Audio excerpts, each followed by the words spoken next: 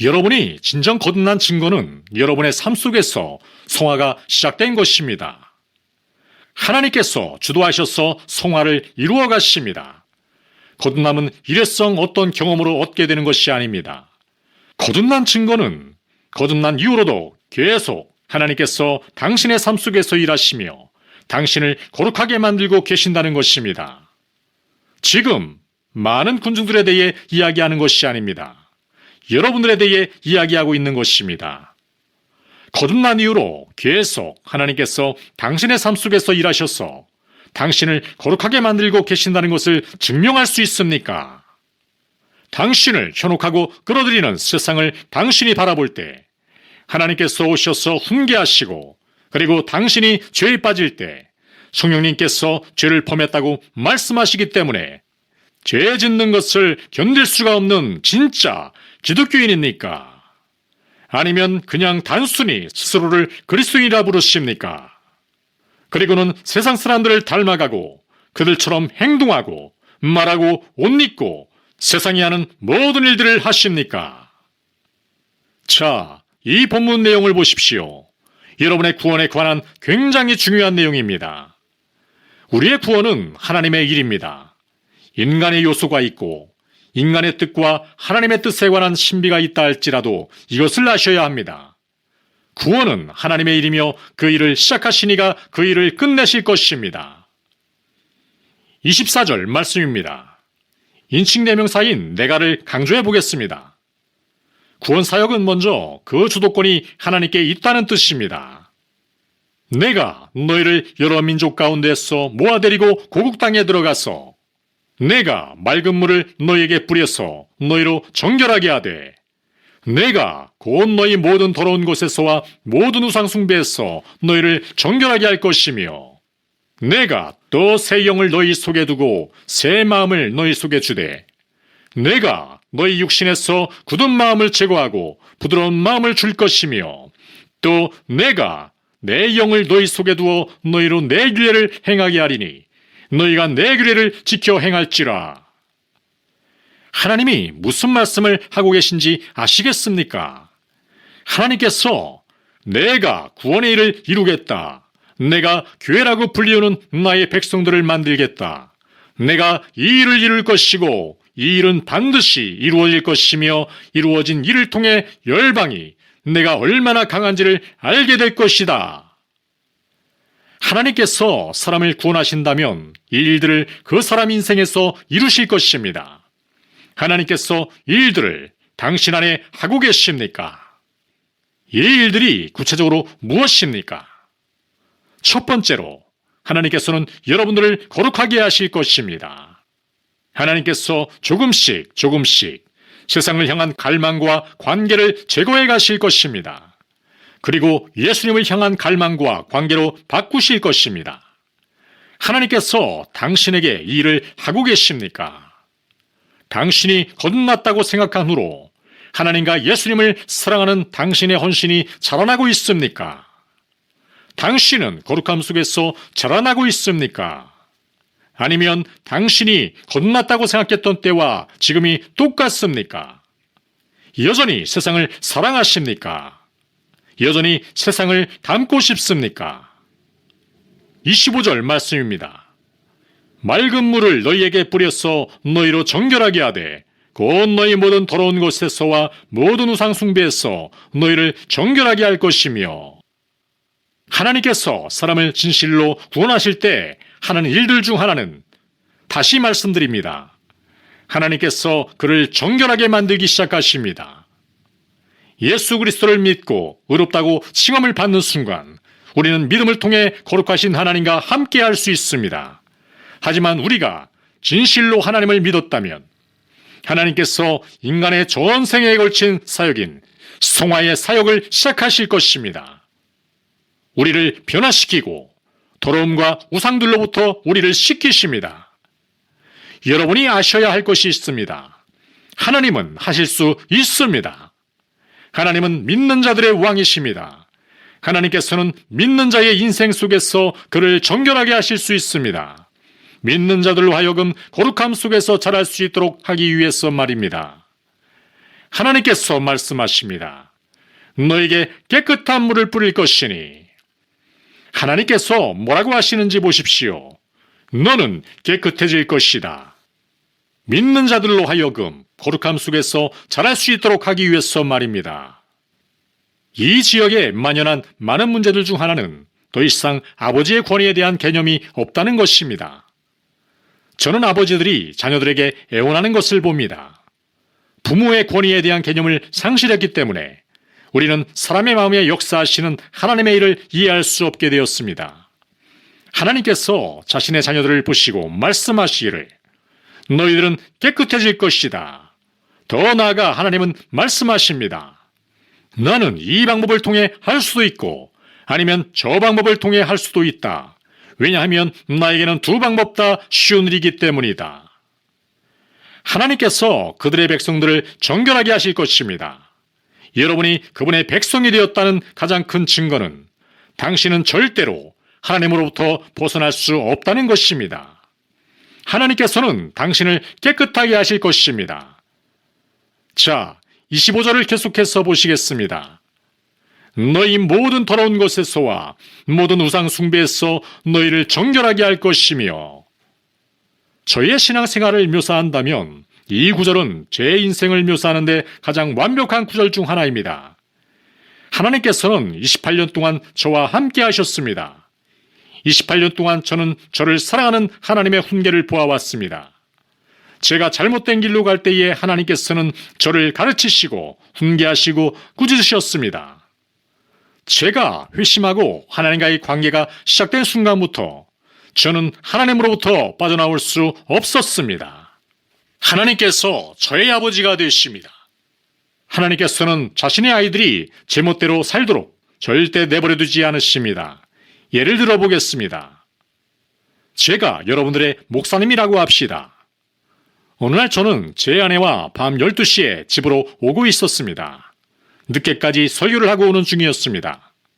집으로 오는 중에 도로 옆을 지나가고 있는데 당신의 14살 된 딸이 도로 구석에서 매우 나쁜 아이들과 함께 있는 것을 보았습니다. 저는 목사로서 제 아내를 차 안에 두고 내려서 그 소녀에게 가서 얘야, 차에 타렴, 집에 데려다 주마 라고 할 것입니다.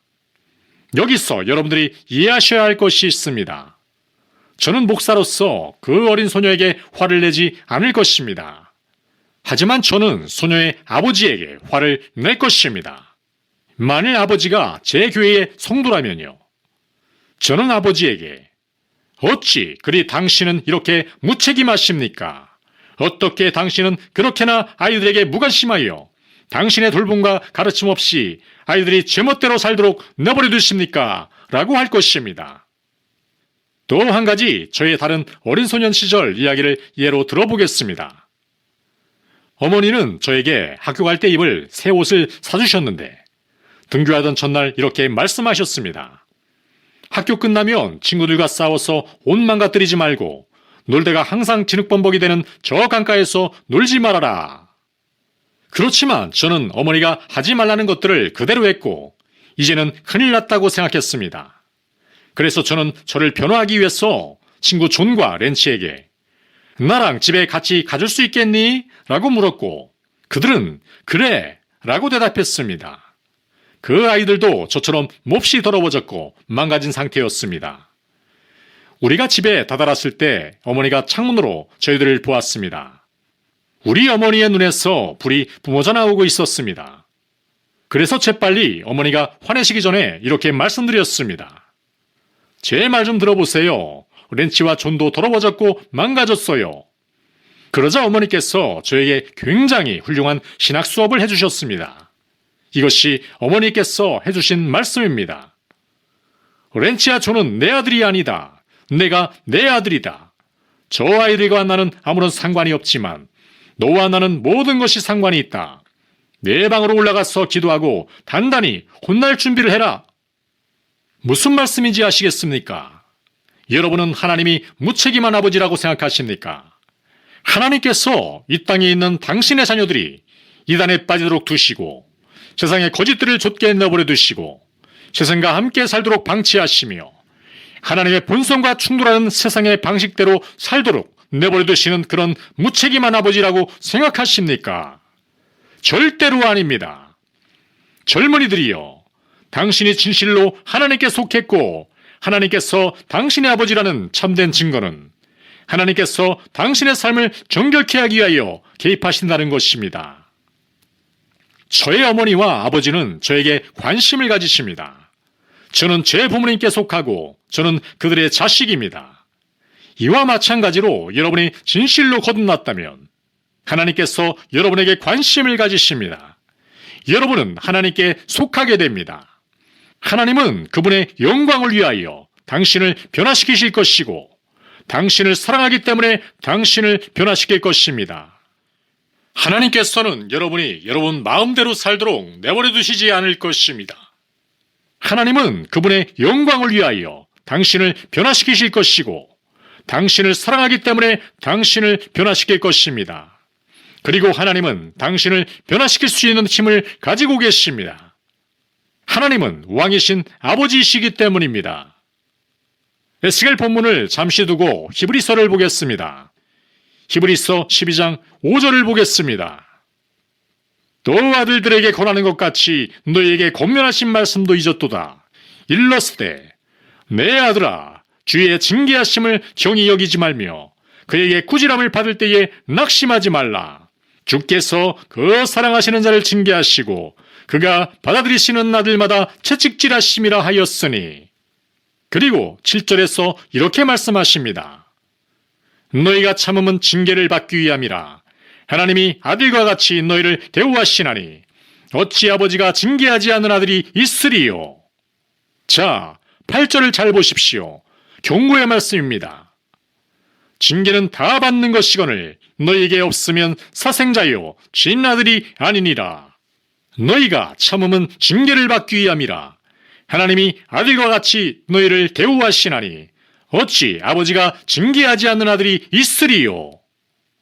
여러분이 죄악 속에 살고 세상적으로 살고 세상적인 친구들과 세상의 것들과 함께 살며 그렇게 살아도 아무렇지 않고 성령님의 꾸짖으심도 없고 하나님의 훈계도 없다면 당신은 하나님의 자녀가 아닌 사생아라는 증거입니다. 당신이 세상의 육적인 쾌락을 사랑하고 안목의 정욕과 육신적인 것을 자랑하는 세상의 빛나는 것들을 사랑하고 그것들과 함께 할 때에 하나님 아버지께서 훈계하시지 않는다면 하나님은 당신의 아버지가 아닙니다. 에스겔서로 돌아가겠습니다. 이것을 생각하시기 바랍니다. 성경에 이런 말씀이 있습니다. 내가 야곱은 사랑하고 에서는 미워하였다. 이제 우리 자신에게 질문하셔야 합니다. 어떤 방식으로 하나님께서는 야곱에게 자신의 사랑을 나타내셨고 에서에게 미움과 진노를 나타내셨나? 이것이 하나님이 당신의 아버지가 된다는 것을 이해하는 데 도움을 주는 굉장히 중요한 것입니다. 에서의 인생을 보시면 하나님께서는 에서에게 그분의 모든 약속들을 이루십니다. 하나님은 에서에게 재물도 주시고 권력도 주시고 민족의 훌륭한 지도자가 되게도 하십니다. 그럼 하나님께서는 어떻게 에서에게 미움과 진노를 나타내신 겁니까? 하나님께서 에서를 전혀 훈계하시지 않으셨습니다. 하나님께서는 에서가 에서대로 살도록 하셨습니다. 하나님은 에서의 삶에 전혀 개입하시지 않으셨고 하나님은 에서가 거룩해지도록 일하시지 않으셨고 에서 마음대로 살도록 내버려 두셨습니다. 그렇다면 하나님은 어떻게 야곱에게 자신의 사랑을 나타내셨습니까? 하나님께서는 야곱의 모든 삶을 깨뜨리셨습니다. 야곱의 삶을 보십시오. 하나님께서는 야곱이 야곱대로 살도록 내버려 두시지 않으셨습니다. 야곱은 속이는 자였지만 하지만 야곱이 하나님의 자녀가 되었을 때 하나님께서는 야곱아, 시간이 걸리지만 내가 너를 속이는 자에서 왕자로 만들 것이라 라고 하셨습니다. 야곱의 삶을 보십시오. 그가 당했던 시험들, 그가 겪었던 일들, 야곱이 하나님의 나라로 들어왔을 때 그는 절뚝거리며 들어왔습니다. 왜 그렇습니까? 여기서 여러분들이 이해할 것이 있습니다. 당신의 삶을 향한 하나님의 목적은 당신이 번영하는 것이 아닙니다. 당신이 건강해지는 것도 아니고 당신이 부유해지는 것도 아닙니다. 당신이 이 땅에서 최고의 삶을 사는 것이 아닙니다. 당신이 하나님의 자녀라면 하나님께서는 당신을 거룩하게 하시고 예수 그리스도의 형상으로 빚어가십니다. 그는 당신의 우상들로부터 당신을 깨끗하게 하실 것입니다. 그리고 하나님께서는 이 일을 열정적으로 하실 것입니다. 하나님은 당신이 하나님의 형상을 닮게 하기 위하여 필요하다면 그 어떤 것이라도 다 하실 것입니다. 하나님께서 이 일들을 당신에게 하고 계십니까?